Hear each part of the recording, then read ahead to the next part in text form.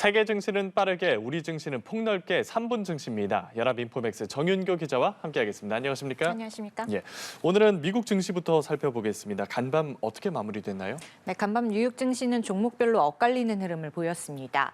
미국 연방준비제도의 12월 FOMC 회의를 하루 앞두고 우량주는 약보합세를 보였지만 반도체주를 중심으로 기술주는 뛰어올랐습니다. 3대 지수 보겠습니다. 다우지수는 전장 대비 0.25% 내리면서 장을 마쳤고요. 반면 S&P 500 지수는 전장 대비 0.38%, 나스닥 지수는 전장보다 1.24% 상승하면서 거래를 끝냈습니다. 간밤 시장은 FOMC를 대기하면서 개별 종목 장세를 나타냈는데요. 도널드 트럼프 대통령 당선인이 일본 소프트뱅크로부터 1,000억 달러 규모의 대미 투자를 유치했다는 소식이 전해지면서 기술주 전반에 온기가 퍼졌습니다. 전날 24% 치솟았던 브로드컴은 이날도 11% 뛰어올랐고요.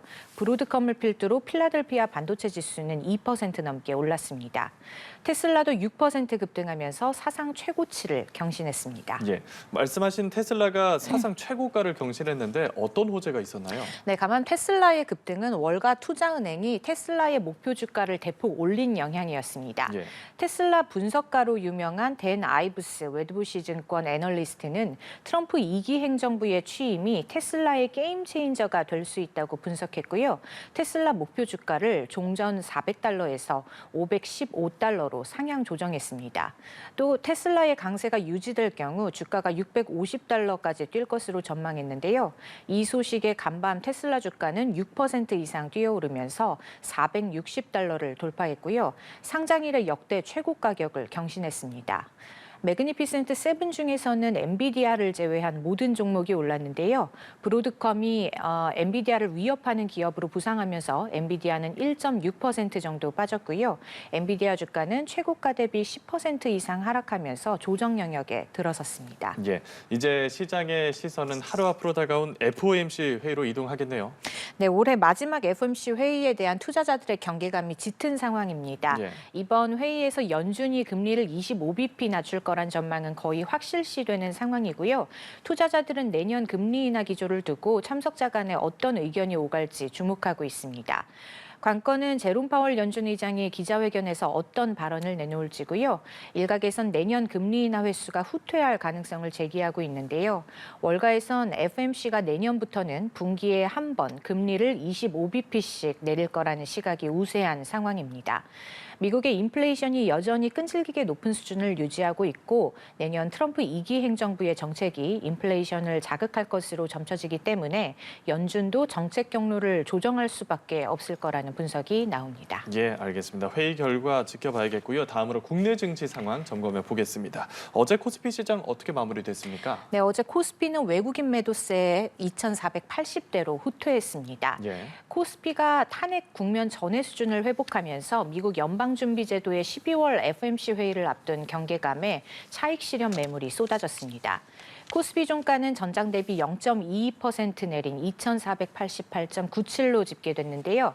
닷새 만에 약세 전환이고요. 지수는 장 초반만 하더라도 2,510대까지 올랐지만 외국인의 매도세에 상승분을 반납하고 하락 전환했습니다. 투자 주체별로 보면 외국인이 4,700억 원 넘게 순매도했고요. 개인 투자자는 7거래일 만에 순매수세로 돌아섰지만 외국인 매도세 앞에서 지수 하락을 막기에는 역부족이었습니다. 미국 연방준비제도의 12월 FOMC 회의를 앞둔 경계감이 시장에 퍼진 상태에서 지난 4거래일간의 반등에 따른 차익 실현 매물이 쏟아졌고요. 원달러 환율도 장중 1,438원까지 오르면서 외국인 매도세를 부추겼습니다. 시가총액 상위 종목 중에서는 삼성전자와 LG에너지솔루션, KB금융 주가가 1% 이내의 하락세를 보였습니다. 예, 윤석열 대통령에 대한 탄핵안이 가결이 되면서 정치 테마주가 또다시 들썩였다고요? 네, 윤석열 대통령에 대한 두 번째 탄핵 소추안이 국회를 통과하고 조기 대선 가능성이 대두되면서 정치 테마주가 또다시 요동치고 있습니다.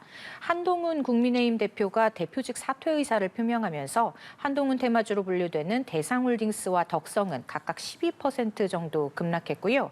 이재명 더불어민주당 대마주인 에이텍과 수산 INT도 상승 재료가 소멸됐다는 인식에 각각 20%씩 고꾸라졌는데요. 반면 우원식 국회의장 테마주와 이준석 개혁신당 의원 관련주가 급부상했습니다. 우원식 의장 관련주로 묶이는 뱅크웨어 글로벌과 효성 OMB는 모두 상한가로 치솟으면서 장을 마쳤고요. 이준석 개혁신당 의원이 대선 출마 가능성을 시사하면서 이 의원 관련주로 꼽히는 삼보산업과 넥스트아이도 줄줄이 상한가의 거래를 마감했습니다. 윤석열 대통령의 비상경영 사태 이후 국내 증시에서 정치 테마주가 계속 들썩이면서 경고의 목소리도 커지고 있는데요. 정치 이벤트가 금세 지나가 버리면 주가가 곧바로 크게 급락하는 경우가 많기 때문에 투자자들의 주의가 필요합니다. 예. 한편 비트코인이 또 한 번 신고가를 경신하면서 가상자산주가 줄줄이 강세를 보였군요. 네, 비트코인이 사상 최고가인 10만 6천 달러를 돌파하면서 국내 증시에서 관련주도 강세를 나타냈습니다. 예. 대표적인 가상자산 관련주인 하나투자증권은 4% 올랐고요. 하나투자증권과 함께 두나무 지분을 보유한 우리기술투자는 4.7% 상승했습니다. 이 밖에 빗썸코리아의 지분을 보유한 T사이언티픽은 5.7%, T사이언티픽 대주주 위지트는 3.7% 올랐습니다. 어제 비트코인 가격은 한때 10만 6,500달러까지 치솟으면서 역대 최고치였던 10만 4천 달러를 11일 만에 갈아치웠습니다. 예, 알겠습니다. 화요일 3분 증시 연합인포맥스 정윤교 기자와 함께했습니다. 오늘 말씀도 고맙습니다. 고맙습니다.